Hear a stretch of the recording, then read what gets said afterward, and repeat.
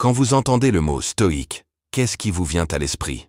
Peut-être quelqu'un de froid, insensible, totalement détaché, ou encore une personne qui accepte tout, sans rien dire, presque passive. Si c'est le cas, rassurez-vous, vous n'êtes pas seul. Ces idées reçues sur le stoïcisme sont très répandues et complètement fausses. Prenons Marc Aurèle, empereur romain et philosophe stoïcien. Malgré ses immenses responsabilités, diriger un empire, faire face aux guerres et aux épidémies, il était tout sauf froid ou insensible. Il a écrit des réflexions profondément humaines, pleines de compassion et d'humilité. Alors pourquoi associe-t-on encore le stoïcisme à des stéréotypes erronés? C'est ce qu'on va découvrir aujourd'hui. Dans cette vidéo, je vais déconstruire 5 grands mythes sur le stoïcisme et vous montrer pourquoi cette philosophie est bien plus puissante et accessible que vous ne le pensez. Le premier mythe est probablement le plus répandu.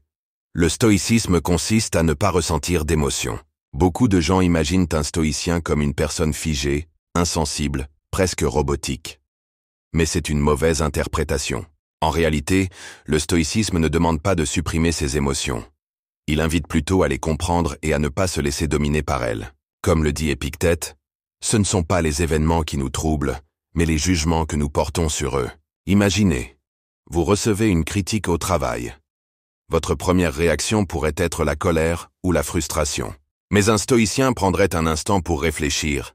Cette critique est-elle justifiée? Si oui, comment puis-je m'améliorer? Sinon, pourquoi devrais-je m'en inquiéter?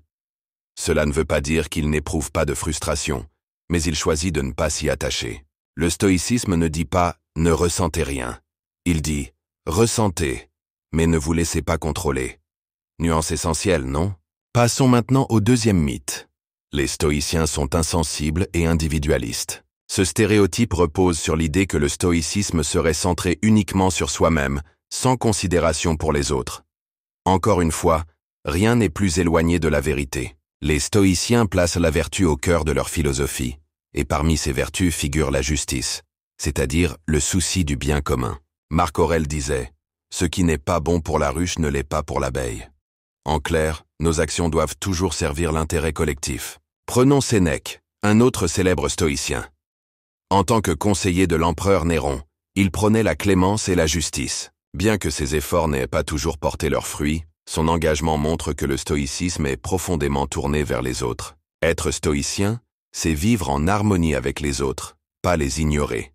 C'est agir avec bienveillance et compassion, tout en restant maître de soi. Troisième mythe. Le stoïcisme est une philosophie élitiste et dépassée. Certains pensent que parce qu'elle vient de l'Antiquité, elle est obsolète ou réservée à une élite intellectuelle. Mais saviez-vous que Zénon, le fondateur du stoïcisme, enseignait dans les rues d'Athènes, accessible à tout le monde, et Épictète, l'un des plus grands stoïciens, était un ancien esclave. Cela montre à quel point le stoïcisme était conçu pour être universel, applicable à toutes les couches de la société. Et aujourd'hui encore, le stoïcisme est plus vivant que jamais. Il inspire des entrepreneurs, des athlètes et même des étudiants. Par exemple, Ryan Holiday, auteur du livre The Daily Stoic, applique les principes stoïciens à sa propre vie. Des figures publiques comme Tim Ferriss ou des sportifs comme Tom Brady s'en inspirent aussi pour rester performants. La raison est simple. Le stoïcisme offre des outils pratiques pour faire face aux défis de la vie, qu'ils soient modernes ou anciens. Et c'est tout sauf dépassé. Quatrième mythe, le stoïcisme, c'est accepter les choses sans rien faire.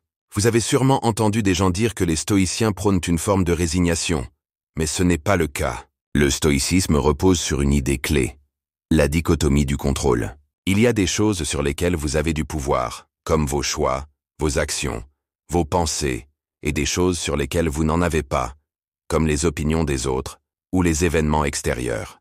Un stoïcien agit activement sur ce qu'il peut contrôler et accepte avec sérénité ce qu'il ne peut pas changer. Imaginez perdre votre emploi. Une personne impulsive pourrait s'effondrer ou se mettre en colère contre son patron. Un stoïcien, lui, se concentrerait sur ce qu'il peut faire.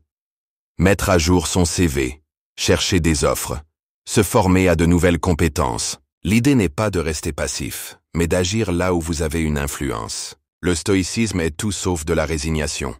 C'est une philosophie de l'action réfléchie et du lâcher-prise intelligent. Le dernier mythe est sans doute l'un des plus mal compris. Le stoïcisme est une philosophie pessimiste. Pourquoi? Parce que les stoïciens parlent souvent de la mort, des épreuves de la vie et des limites de notre contrôle. Mais cette image est totalement erronée.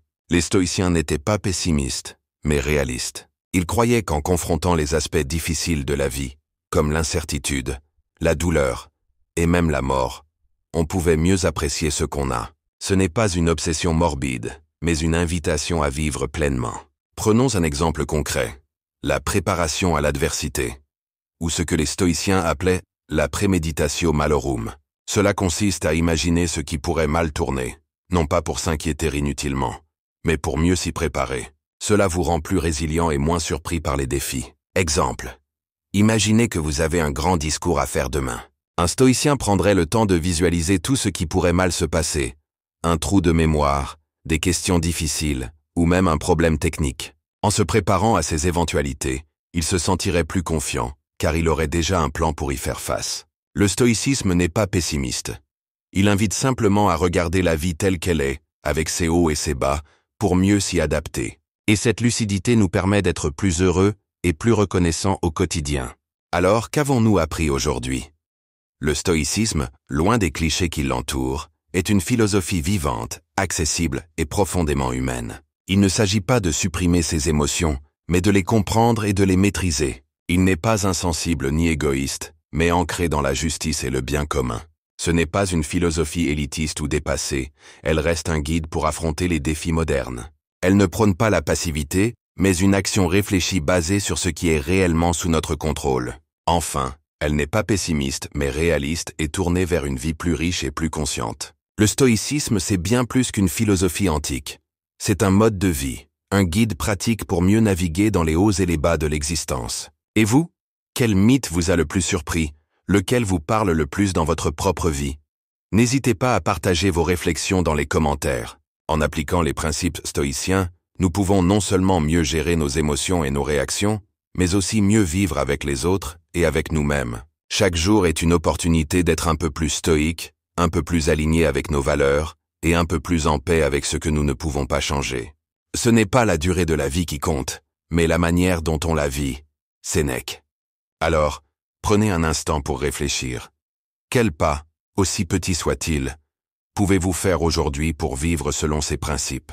Parce qu'au final, le stoïcisme, c'est ça, vivre une vie qui a du sens. Si cette vidéo vous a plu, pensez à laisser un like, à vous abonner pour d'autres vidéos comme celle-ci, et à partager pour inspirer quelqu'un d'autre. Merci d'avoir regardé, et à très bientôt.